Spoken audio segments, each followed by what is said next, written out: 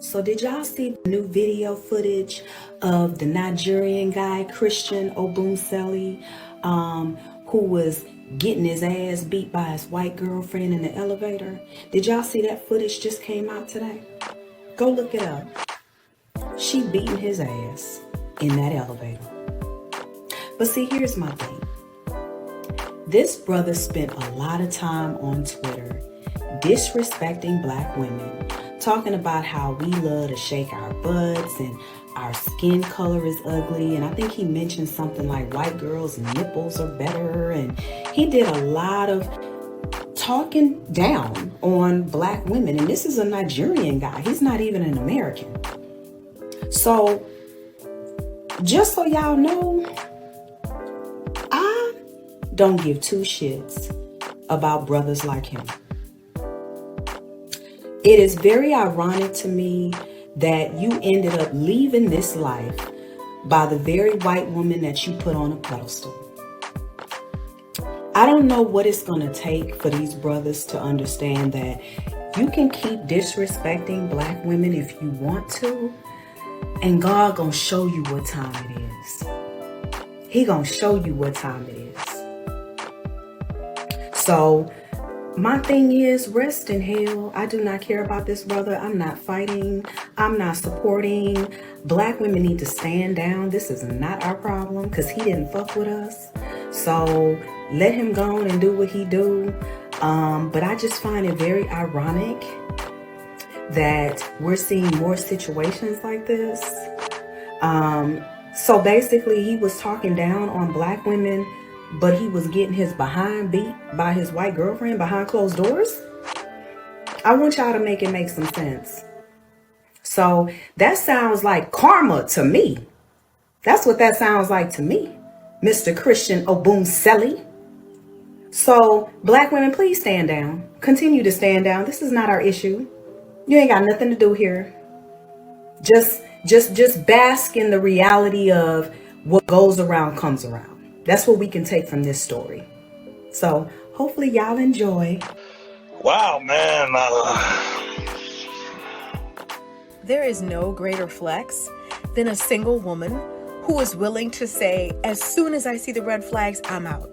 What we're not trying to do is go back and forth with a grown man about what he already knows is right from wrong. We're not going to be talking to him about, hey, DMing women is cheating. Hey, liking other girls' pictures, that makes me feel some kind of way. What we're not going to do is act like grown men don't know right from wrong and giving them 1,000,001 excuses and letting them be on their third and fourth second chance. We're not doing that. When you're able to say, I see a red flag, I see a deal breaker right away, and rather than me hang around and hope and wish and pray that you change, and then when you don't, I'm already in love and I'm too stuck to go anywhere. We're not doing that. First sign of trouble, I'm out. That there is no greater flex. It takes confidence to say, and you might be a good guy too, but I said I don't do cheating, and that's what I meant. Girl, you do that? It's 2022. Like, come on. A lot of people come on all of my social media pages and say, well, I know you don't have no husband. That's why you're single. Blah, blah, blah. You're not happily married. But what a lot of these happily married women won't tell you is that their husband stopped trying as soon as they signed that paperwork. What a lot of these happily married women won't tell you is that they're now a fixture of the house instead of an actual person. What a lot of these happily married women won't tell you is that their husband wouldn't bring them a bottle of water if they were on fire. What a lot of these very happily married women won't tell you is that their husbands spend little to no time with their children. What a lot of these happily married women won't tell you is that they regret their decision to get married and that they cry themselves to sleep every night. What a lot of these happily married women won't tell you is that they have to beg, literally beg and plead for affection and attention. What a lot of these very happily married women won't tell you is that they're secretly miserable and they're the unhappiest they've ever been in their whole lives. So when people come to your page, like I said before, oh, you're single, that's why you don't have a man, that's why you're not married, that's why you don't have a husband. Who cares? Brush that right off, because what a lot of these very happily married women won't tell you is how they're actually very unhappy, and now they're trapped in a situation with a man who does not like, love, respect, or appreciate them. and I don't trust them. Let me preface this by saying I do not believe that dating apps are all negative, but the negatives for me far outweigh the positive. Let's take America, for example, where dating apps are mostly used. In America, at any given time, there's over 200 to 500 active serial killers. Unlike what you probably believe, the real statistics of how many serial killers or the percentage that come from America is actually close to 80% and not 68%. Now, given those two statistics, if you were a serial killer, especially one that was an actual sadist, and you wanted to find victims that were willing to give out their personal information, that were vulnerable, that were searching, and you had the ability to manipulate yourself and your personality and even your looks to get them, to get what you want, where would you go to do this? And how would you go about doing it? The thing about the internet, it allows anyone to be anything at any time, including those who are predators. And we have all seen this. And yes, dating normally can put you at risk. But dating from a dating app, in my opinion, and what I've seen, puts you at a higher risk. I have talked to people such as this, and they have even said that dating apps have been God sent for them. It is one of the easiest ways for them to get the victims that they want, for them to gain personal information from someone, for them to stalk someone. Let me know if you guys want to hear more. I wish that I had left my ex-husband when he started treating me poorly. I think women are so conditioned to deal with shit that when our partners start treating us poorly, we try to play small and get along to ensure that the relationship works. In hindsight, about a year before he actually left, he started treating me very, very, very poorly. And it was at a critical time in my life because I had just started the business. And I was already struggling, trying to figure out if I was capable of running the business. And so having to go in and try to build a business, feeling a little shaky, and then coming home and being treated poorly, really affected me in a very negative way. And his treatment never improved. It never improved. And so I think once they start treating you badly, losing respect for you, or not wanting to be with you, like, I should have just fucking left right then.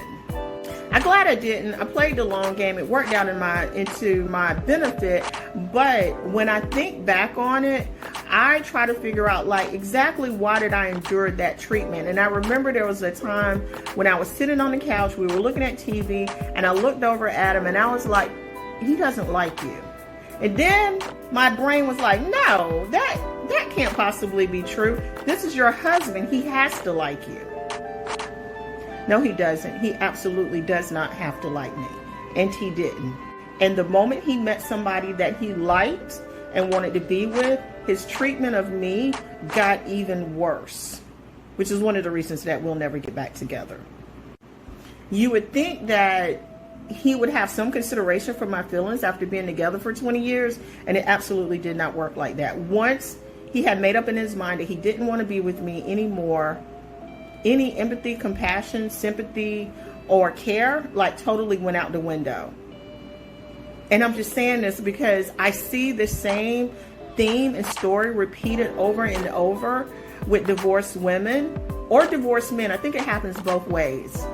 So the moment that the person that you are with doesn't want to be with you and you sense that,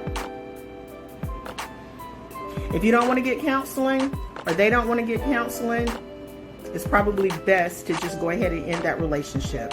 Or else it's going to drag you down to a place that you may not be able to get up from. Luckily, I had friends and family that helped me, but it was a very difficult time for me, and I talk about it in some previous videos.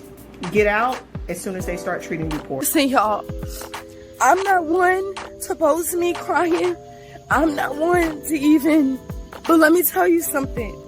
There is a TikTok trend going around. If you got a Kia or a Hyundai, They will take your ignition apart and steal your fucking car.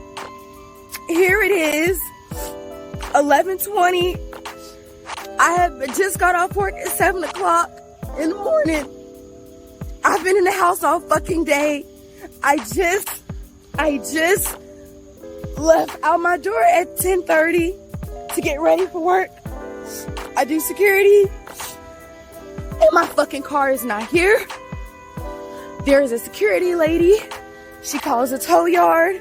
The tow yard says that my car was towed not from where the fuck it was, but towed from down the fucking, almost to the exit of the fucking rent office, and that the maintenance guy chased away 4 men from my car.